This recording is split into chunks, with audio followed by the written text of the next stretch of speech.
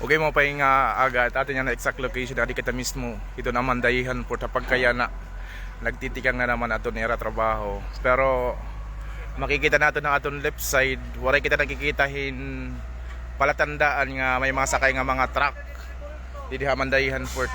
So waray gap na kita nakikita nga birds nga maduong nga di ongoing lagi hapon ang trabaho, continuous lagi hapon. Oh. May mga bystander nga di. Mami si matawag dito kan Michelle. Pagtawag niya ni Michelle para di makuhan.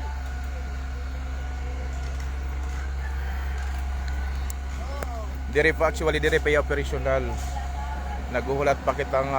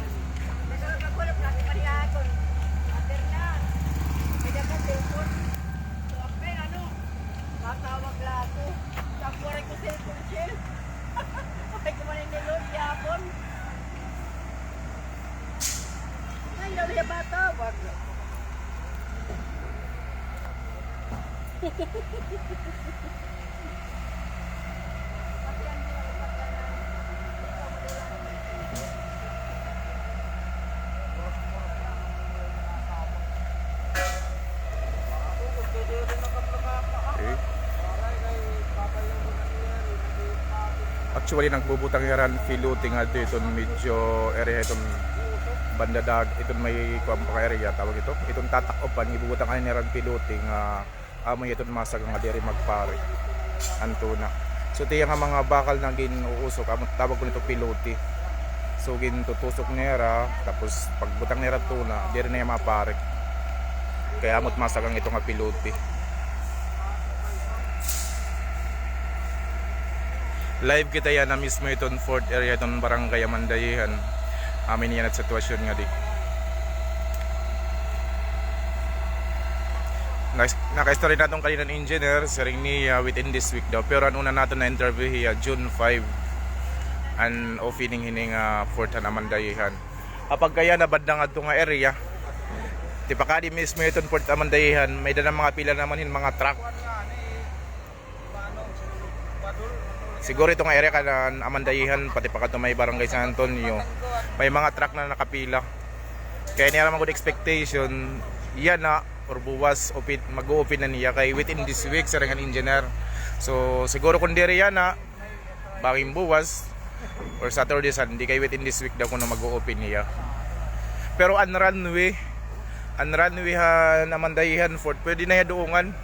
May lang nga naninilhig para matanggalan tapo-tapo.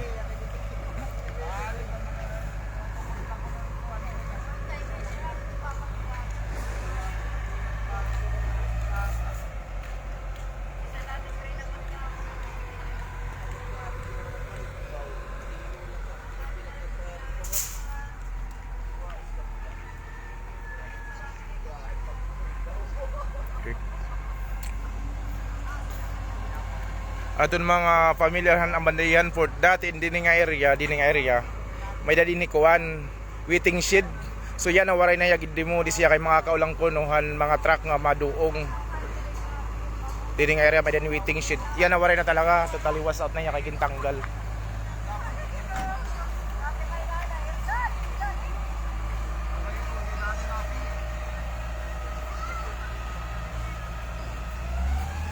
Nakikita natin nga ongoing itong trabaho kapag kaya na. Oo. So gumamit na yaran crane para pagkalsa itong mga pilote. Nga igbubutang mismo aton ligid han tatakupan han mga bato tulang nga diri magparik. Kita na doon. Dili aton liwat ko kita na doon ang runway. O sementado na iyay lapad na. Dini mismo nga area madoong an birds and roro, so dini sakayan mga truck. Oh, medyo okay na iya.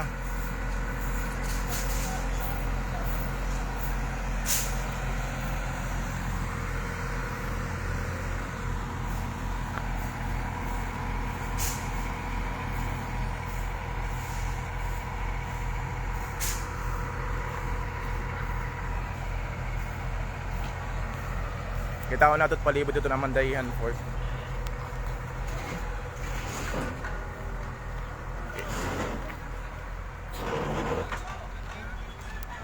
Makikita luwat natin ha, palibutan ng Mandayihan Fort. May mga tindahan. Ito. May mga tindahan na, may mga nakatayong mga tindahan. Ito natin. May mga tindahan na naginhimo. Ito. May entrance ito na Mandayihan Fort. Kita natin, no? Medyo kuti ay iya. So dito talaga pwede mag double parking. Dito nga area.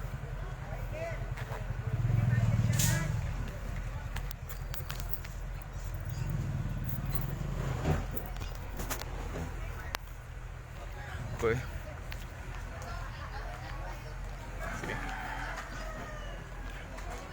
Amo nito entrance ito na Mandayihan. Kung makita natin, kumbaga magdudouble parking hira, wala na talaga agian. So kailangan, pag umabot hira din nga area, kailangan madiretso ra pagsakay. Kaya kung mag-stop pera dida, magkukusi ang traffic, pareho Calbayog City. Daan natin, ha.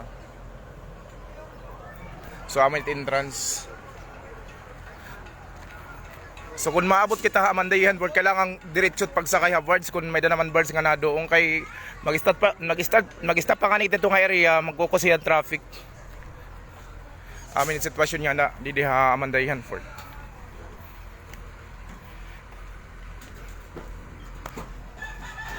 Nakikita natin nga waray pa yan nakadoong birds. Nakita na waray pa birds nga nakadoong di. Pero ang area nga magdadak-an birds, clear na hiya. Malibyo na hiya. So pwede na hiya doongan.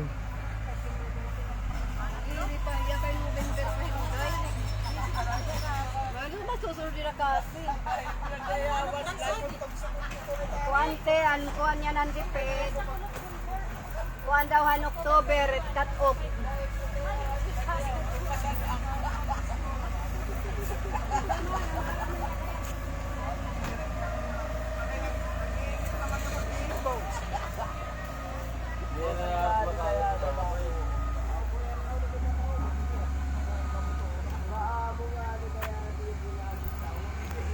Continuous lagi hapon na nira pagkuha niya na pagbutang fence sa ligidan fantala na Mandayihan Forts.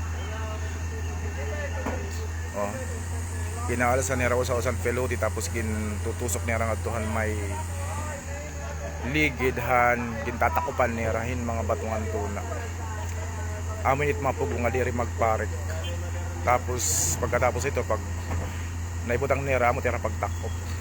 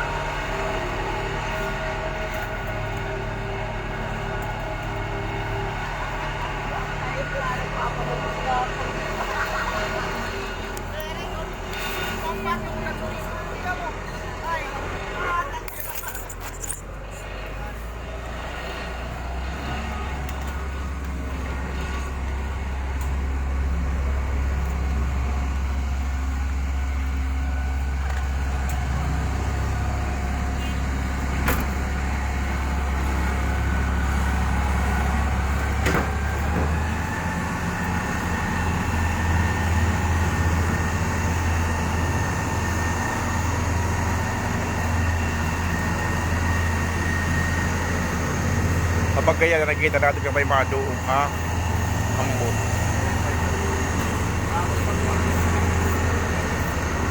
Ate, makita natin.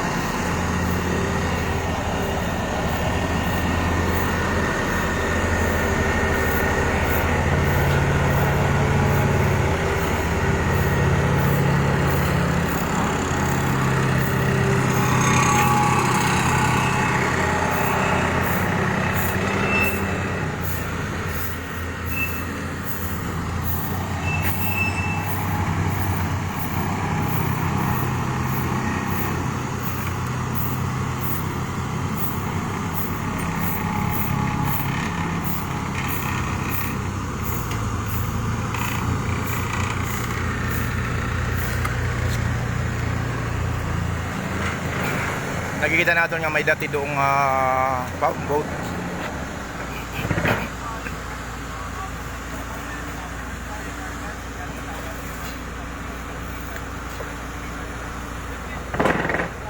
So mga pambot pala nakakadoong nga di Amandayihan Fort. Nakikita natin nga ati doong hiya.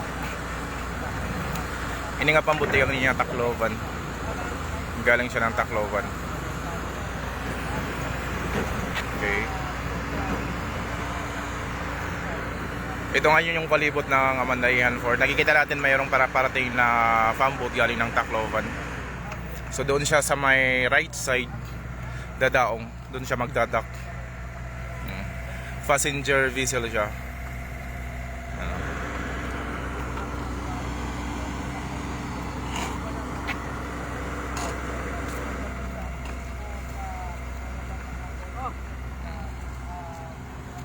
Duty.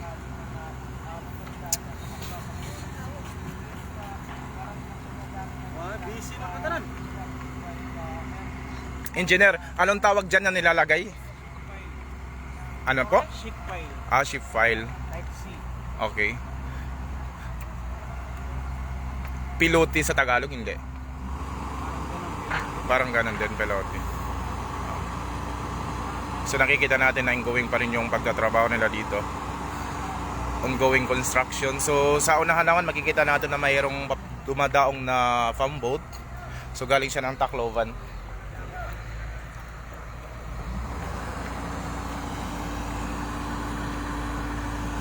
So nandito na, naka-standby yung engineer, tinitingnan niya. Naglalagay sila ng mga file. Dinudugtong nila dito. Siguro mamaya-maya pag nakompleto na sa yung mga file, so lalagyan na nila ng mga lupa, bato. May tatapon naman para mapunuan yung butas dyan.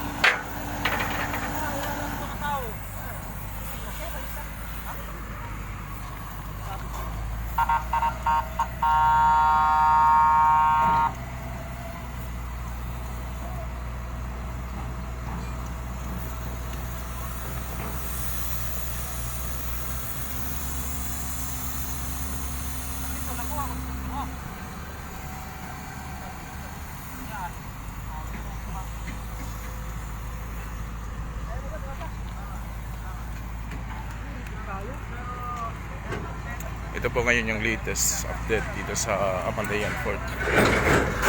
Ongoing construction. So, engineer, excuse me. May napansin kami yung tatalian ng birds. Yung ang tawag ng bullard.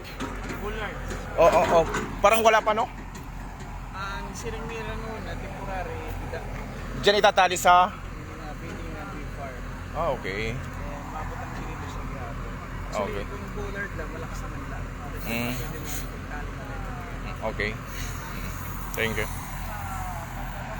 Tinanong natin kay engineer kung bakit wala pa siyang tatalian yung tinatawag yung bullard. Oo, parang bakal siya na doon itatali yung lubid ng birds na para siya makadaong. Dito lang muna daw itatali sa waiting shed na to, yung sa V4. Dito siya.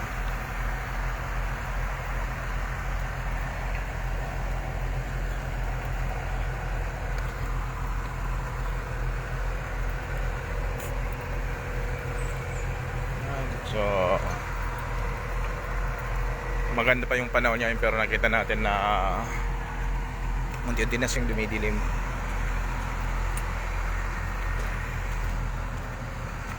May mga kasama tayo dito sa media naghihintay din.